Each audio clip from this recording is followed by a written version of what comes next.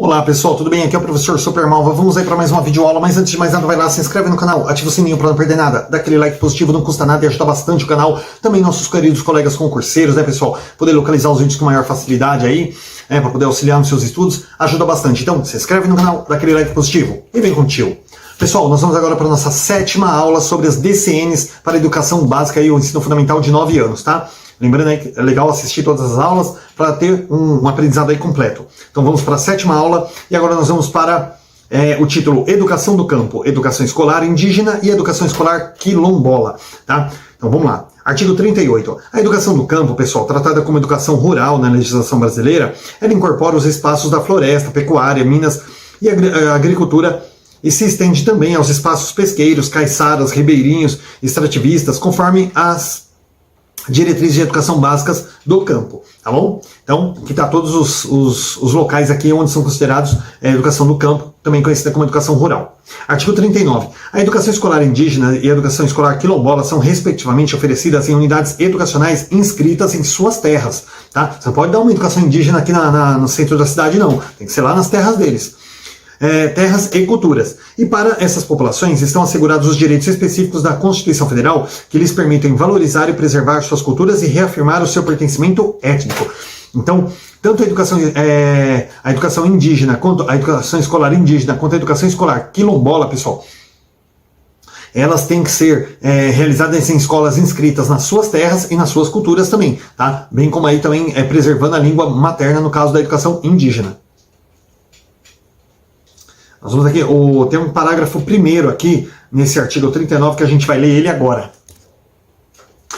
Vamos lá, pessoal, parágrafo primeiro.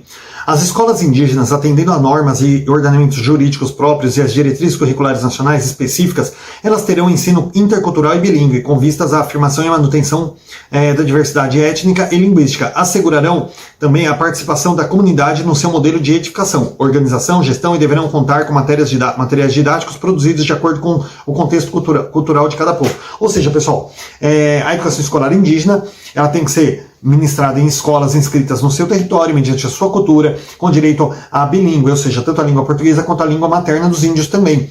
Tá? E eles têm aí diretrizes curriculares específicas para eles, e também tem o seu próprio modelo de edificação, ou seja, nada da gente tentar introduzir a nossa cultura neles, pelo contrário, eles vão trabalhar a partir da cultura deles, certo? Parágrafo 2º. O detalhamento da educação escolar quilombola deverá ser definido pelo Conselho Nacional de Educação por meio de diretrizes curriculares nacionais específicas.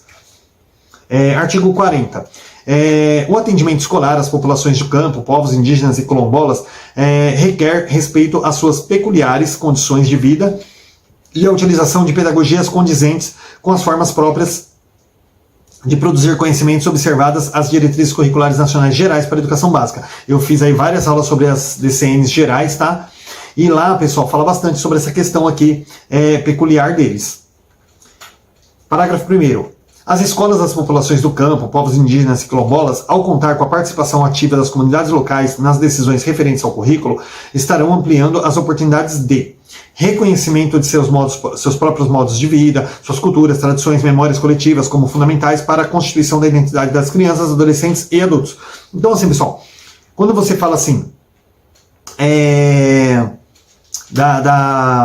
da educação escolar indígena, por exemplo, ou seja, quilombola do campo, você não vai simplesmente apagar a cultura deles, pelo contrário, você vai reforçar, vai trazer de volta muitas culturas que às vezes até para eles mesmos está esquecida. Então você vai reforçar aquilo, né? Trazer para as crianças, sistematizar, mostrar para as próprias crianças indígenas ali a cultura deles, aonde que vem e tal. Então isso é muito bacana, muito legal. E eles, claro, né, tem que estar tudo aprovando ali, mostrando que realmente nada está fugindo da real a cultura deles, tá?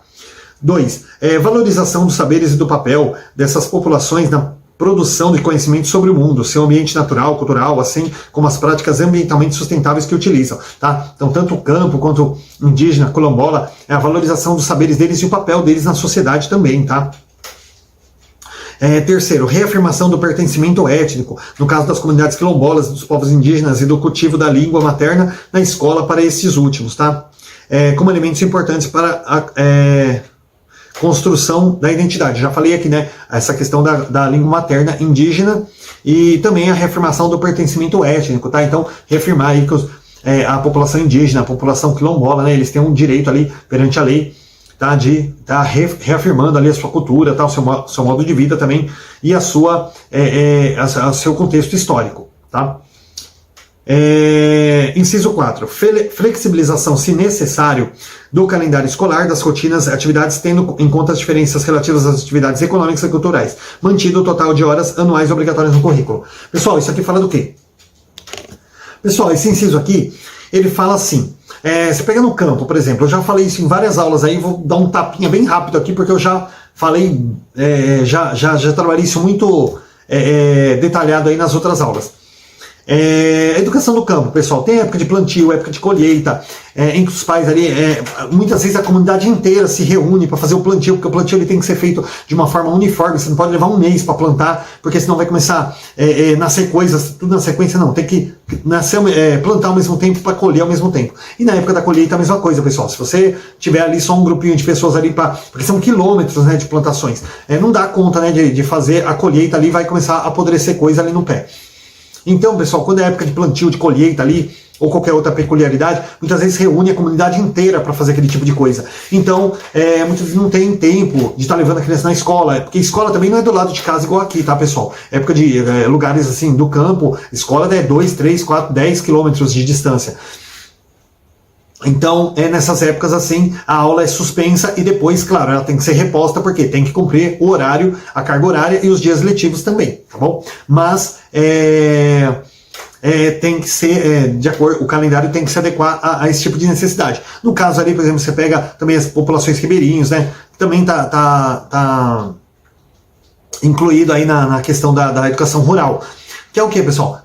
As casas, eles moram tudo perto do rio, assim, né? Pela questão de pesca, que é o meio de vida deles e tal. Só que época de chuva, pessoal, o rio sobe demais, então cobre as casas, tudo. Então esse pessoal tem que ir lá fazer umas acomodações em outros lugares mais altos, até que o rio baixe, para que eles possam voltar para lá e voltar ao seu modo de vida. Nesse período também não tem como ter aula, pessoal. O pessoal tá tudo alojado ali, não tem como ter aula. Então é suspenso, até que passe a época de chuvas ali, que eles possam descer, retomar a sua vida normal, e ali também vai ser feito a reposição das atividades, das aulas ali para cumprir o dia letivo normal, mas esses calendários têm que ser adequados às condições reais daquelas pessoas, às peculiaridades, bem como às condições climáticas também, certo? Gente, eu falei muito disso já em outras aulas, por isso que eu dei uma abordagem um pouquinho mais rápida aqui. Calendário escolar, já falei. Agora, inciso 5º, superação das desigualdades sociais e escolares que afetam essas populações, tendo por garantia o direito à educação. Então, assim, pessoal,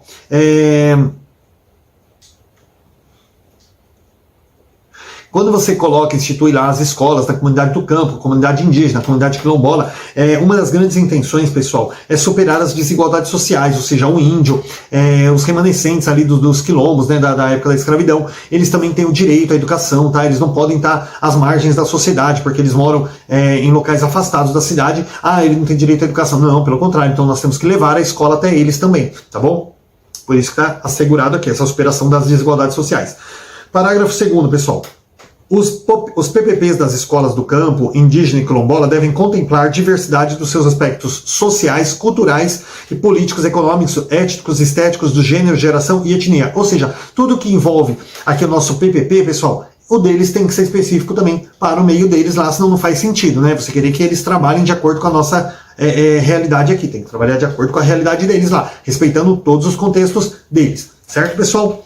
Parágrafo 3º. As escolas que atendem a essas populações deverão ser devidamente providas pelos sistemas de ensino de materiais didáticos e educacionais, que subsidiem o trabalho com a diversidade, bem como os recursos que assegurem aos alunos o acesso a outros bens culturais que lhes permitam estreitar o contato com outros modos de vida e outras formas de conhecimento.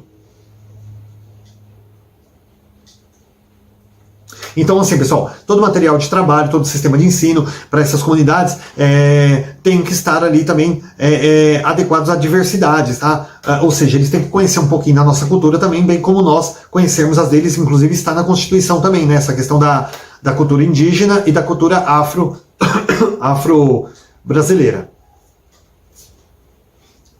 Então, aqui, ó, que eles permitam estar em contato com outros modos de vida também, tá? Então, você não pode também excluir eles ali, ó, você vai aprender só sobre você. Não, tem que aprender sobre tudo.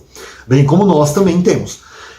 Parágrafo 4º. A participação das populações locais pode também subsidiar as redes escolares e os sistemas de ensino, quanto à produção e à oferta de materiais escolares, no que diz respeito ao transporte, equipamentos que atendam às características ambientais e socioculturais das comunidades e necessidades locais regionais. Então assim, pessoal, as populações locais, né, pessoal, pode ali, por exemplo, tem locais de população ribeirinha, por exemplo, o pessoal tem muito barco, né, então a pessoa pode ali, por exemplo, ceder um barco, emprestar ou locar, né, através de um contrato, para poder transportar as crianças também, porque o negócio lá é tudo rio, você vai, olha, eu empresto um carro, uma carroça, uma perua, como é que vai atravessar o rio de perua, gente? Pelo amor de Deus, né? Então tem que ter essas condições também. Então eles podem ofertar ali para poder, não só o transporte, mas também materiais adequados ali para poder auxiliar esses povos aqui também, tá bom?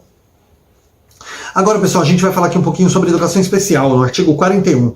O PPP da escola e o regimento escolar, amparados na legislação vigente, deverão contemplar a melhoria das condições de acesso e permanência dos alunos com deficiência, transtornos globais de desenvolvimento e altas habilidades nas classes comuns do ensino regular, intensificando o processo de inclusão nas escolas públicas e privadas e buscando a universalização do atendimento. Então, o PPP da escola, ele tem que conter ali, pessoal, também no seu planejamento, técnicas, táticas, procedimentos ali intencionais que possam também beneficiar os alunos de inclusão, qualquer que seja a sua inclusão, tá bom?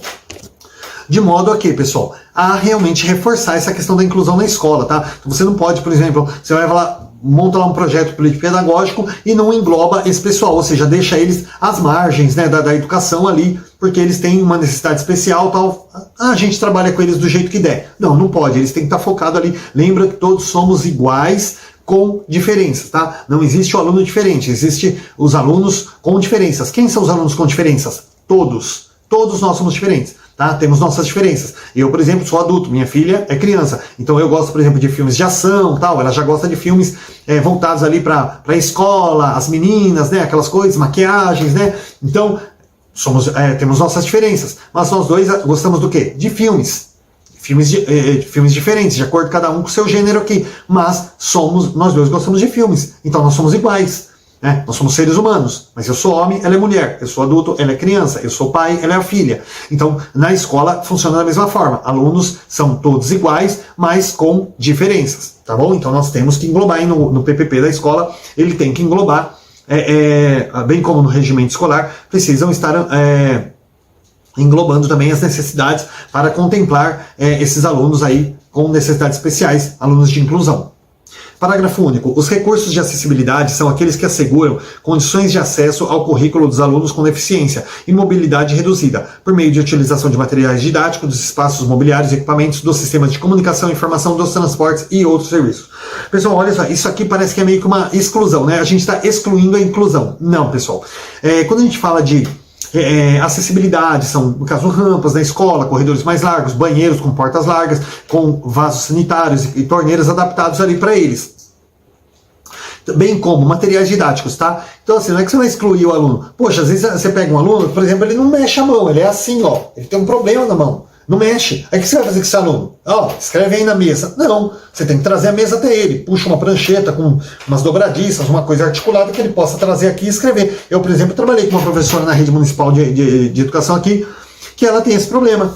E aí o que ela faz? Ela pega a agenda das crianças, ela traz aqui, ó, no dorso dela, no peito dela, e escreve. Ela consegue fazer normalmente as agendas das crianças, fazer diário, fazer tudo, mas aqui, ó, dentro das condições dela. Tá? Então você tem que ter material didático, tem que ter ferramenta ali, instrumentos ali que permita a criança também ter a mesma qualidade de ensino, tá? Você não pode falar, não tenho culpa que você não alcança a mesa. Pelo amor de Deus, né, gente? Então, fala sobre isso aqui. Bem como espaços, mobiliários, equipamentos, né, sistemas de comunicação, tudo adequado aí para que essa criança ela possa ter o mesmo acesso às coisas que uma criança que não tem aí deficiência nenhuma, tá? Que não tem nenhuma necessidade especial. Artigo 42. O atendimento educacional especializado dos alunos da educação especial será promovido e expandido com apoio dos órgãos competentes. Ele não substitui a escolarização, mas contribui. Pessoal, não vou nem completar aqui esse artigo 42 e já vou para o parágrafo aqui. Deixa eu dar uma lida bem rápida aqui que eu vou explicar para vocês o que é. Tá, então assim, o atendimento de educação especializada, eu vou deixar o link aí na descrição, pessoal, que eu fiz uma aula sobre o AEE. tá? E o AE, que é o atendimento educacional especializado, ele é um atendimento que ele não vai substituir a sala de aula. Ou seja, o aluno está na inclusão, então o que vai acontecer? Ele tem uma necessidade de complementar aquilo que foi ensinado na sala, ele ainda está com uma dificuldade, ou até mesmo suplementar, tá? Então ele vai ter esse atendimento educacional especializado. Ele tem que ser feito no contraturno, ou seja, fora do horário de aula, com um professor especializado que tem que ter uma formação específica, e esse professor tem que estar articulado com o professor da sala, tá? Para que não fuja os conteúdos, tá bom? Eu não vou me esticar aqui, pessoal, porque eu dei uma aula bem grande aí sobre o AEE, senão a gente vai fugir da temática, tá? E não é a intenção. Mas vou deixar o link na descrição, é muito interessante vocês lerem, assistirem essa videoaula sobre o AEE, tá? Lá tá muito detalhado mesmo, tá bom? Agora a gente vai entrar aqui, pessoal, na educação de jovens e adultos. Educação de jovens e adultos. Artigo 43. Os sistemas de ensino assegurarão gratuitamente aos jovens e adultos que não puderem efetuar os estudos na idade própria oportunidades educacionais adequadas às suas características, interesses, condições de vida, trabalho, mediante cursos e exames conforme estabelece o artigo 37. Pessoal, essa aula aqui, eu também vou pular ela e vou deixar o link na descrição, porque eu dei uma aula também sobre a EJA, muito, muito bem detalhada, e senão a gente acaba ficando repetitivo, né? Fico dando a mesma aula várias vezes, então eu vou deixar o link aí na descrição. Então vocês, faz parte dessa aulinha aqui, tá? Tanto a EE quanto a educação de jovens e adultos, tá? Então, essa aula sobre a EJA, tá uma aula bem detalhada lá, talvez eu explicando aqui meio na correria, acabo deixando de passar coisas importantes, então vou deixar o link na descrição para vocês estarem assistindo e complementando os estudos, tá? E a gente vai passar aqui, pessoal, para a implementação das diretrizes, compromisso solidário dos sistemas e redes de ensino, tá bom? Então não esqueçam de assistir a aula da formação de jovens e adultos, que eu vou colocar aí no link da descrição, senão eu vou dar a mesma aula 2 vezes aí sem necessidade, tá legal? Então vamos aqui, pessoal, para a implementação dessas diretrizes, compromisso solidário dos sistemas e redes de ensino. Vamos lá. Artigo 48. Tendo em vista a implementação dessas diretrizes, cabe aos sistemas e às redes de ensino prover, primeiro, os recursos necessários à ampliação dos tempos e espaços dedicados ao trabalho educativo nas escolas e à distribuição de materiais didáticos e escolares adequados. Tá? Então, assim, aqui, pessoal, é um resumo de tudo que fala dessas diretrizes que a gente viu aí do ensino de 9 anos, tá? Então tem que prover, pessoal, recursos necessários à ampliação dos tempos de ensino, aí no caso, né, a educação integral, os espaços dedicados ao trabalho educativo, ou seja, sair da sala de aula, explorar espaços diversos pela escola e também fora dela. E distribuição de materiais didáticos e escolares adequados, tá, pessoal? Ou seja, adequados se refere aí a cada faixa etária da criança, né? Ela ter acesso ali ao material didático que realmente tem a ver com a idade dela, que ela possa realmente ter maturidade para lidar com aquilo, bem como nas escolas quilombola, indígena, escolas do campo, tem material adequado às suas realidades também. Inciso 2. A formação continuada dos professores e demais profissionais da escola em estreita articulação com as instituições responsáveis, dispensando especiais esforços quanto à formação dos docentes, modalidades e tal. Então, assim, sempre a formação continuada, a formação inicial e continuada dos professores para que sempre possam trabalhar de uma forma a melhorar a educação, melhorar a aprendizagem dos educandos, tá? E bem também, pessoal,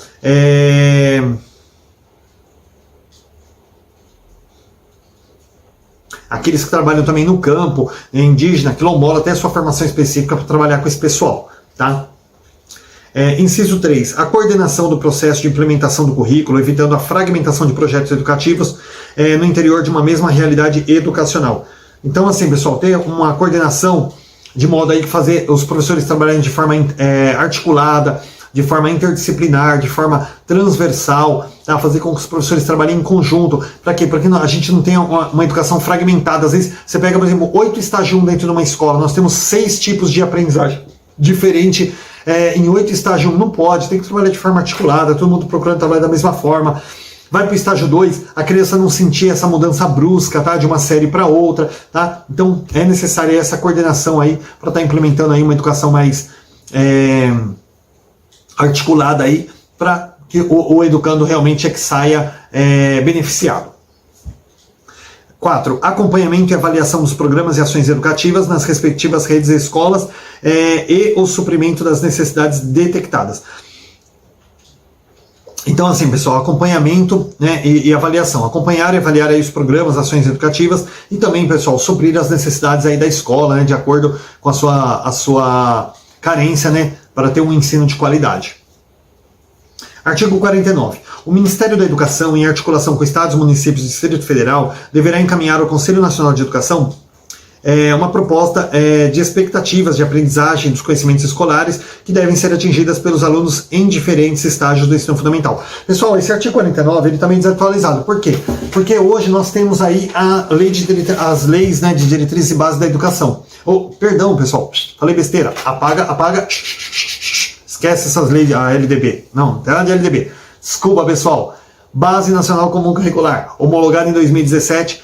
Né? Então, assim, como esse documento é de 2010, tá? Não existia esse artigo 49 aqui, ele já deveria até ter sido extinto, revogado. Tá? Aqui está falando sobre encaminhar aí uma proposta, né, de expectativa de aprendizagem. Hoje nós temos a Base Nacional Comum Curricular, que ela coloca o quê? Olha, o mínimo que cada etapa, cada faixa etária tem que aprender. Tá? Então ela coloca ali, ela estabelece o mínimo que eles devem aprender para que em todo o país nós tenhamos uma educação de qualidade comum. Tá? Não fala assim, o pessoal da metrópole aprende mais do que o pessoal do campo, o pessoal da região tal aprende mais do que o pessoal da outra região, aprendizados diferentes. Que quando uma família se muda, por exemplo, do Nordeste para São Paulo, ou muda daqui do Sudeste para o Sul, ou do Sul para o Nordeste ou para o Norte, a criança não consegue acompanhar, porque a educação ela se transforma completamente. Não. Então nós temos hoje a Base Nacional Comum Curricular, que ela não vai dizer o que vai ser ensinado, mas ela vai dizer o mínimo que ela necessita em cada etapa. Tá bom? Então esse artigo 49 aí já está sanado, que seria a Base Nacional Comum Curricular. Parágrafo único. Cabe ainda ao Ministério da Educação elaborar orientações e oferecer outros subsídios para a implementação dessas diretrizes.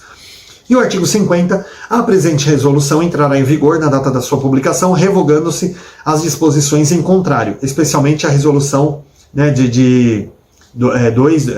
número 2 de 7 de abril de 98. Então, assim, pessoal, aqui artigo 50, na verdade, é só para dizer que a resolução ela entra em vigor a partir da data de publicação, que foi 10 anos atrás. E o 49, como eu já falei, né, pessoal, falava aí sobre essa expectativa de aprendizagem que hoje é sanada pela Base Nacional Comum Curricular, que eu ainda não fiz a videoaula, mas vou estar fazendo a videoaula para vocês, tá? Pessoal, espero que vocês tenham gostado. Não esquece de se inscrever, de dar aquele like positivo, tá bom? E encerramos por aqui a nossa aula sobre as DCNs para o ensino fundamental de 9 anos, tá bom? Bons estudos e não vou esquecer de colocar no link da descrição aí, tá? As aulas que vocês têm que assistir para complementar, só para não ter que ficar dando a mesma aula aí várias vezes, tá bom? Então bons estudos e até a próxima videoaula.